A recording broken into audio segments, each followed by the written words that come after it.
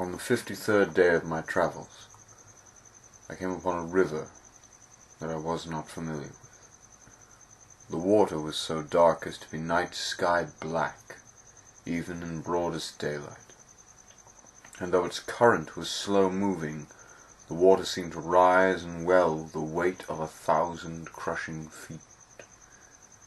I peered along the riverbank, until at last I saw a signpost, old and untended.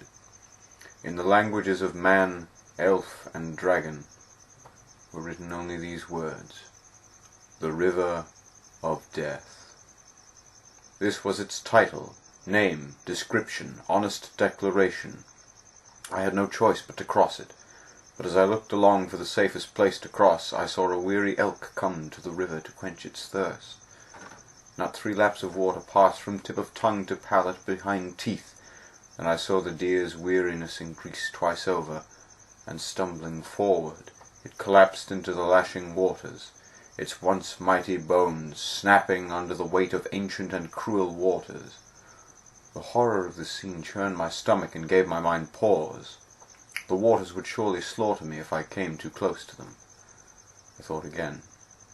There had to be a bridge somewhere, a ferryman perhaps, someone foolish enough to make such voyage. Slowly prowling the water's edge, hoping for a way across, I saw ahead a lonely figure, knelt down at the water's edge. Gaining speed, I came upon him and saw that he was a monk of the Christian God, praying. I asked him if he were a ferryman, and he responded not, lost in prayer.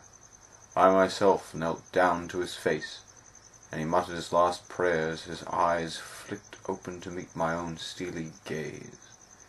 He offered me blessing, and I asked again if he were the ferryman. He spoke only that he was not, though he knew the ferryman well. He would return from the river of death soon, by the grace of God, spoke the monk.